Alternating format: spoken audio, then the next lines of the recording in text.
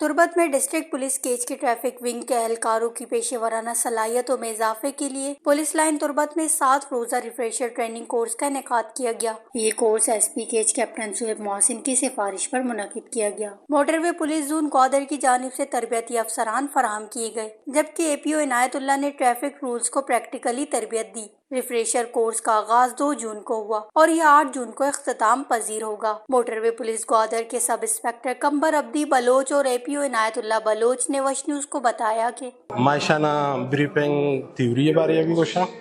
اور پریکٹیکل بارے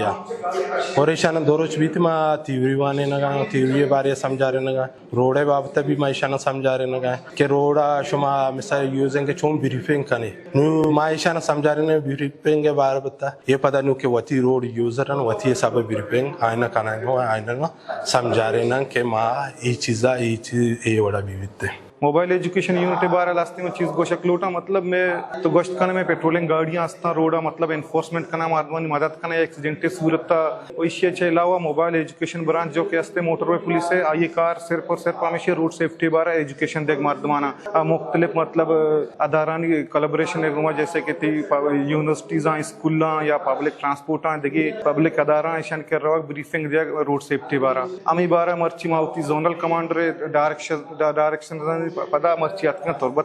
تربتا police line traffic police officer زانا مطلب امی کے چھ ڈیوٹی میں کنگاہاں روڈا مطلب بریفنگ وغیرہ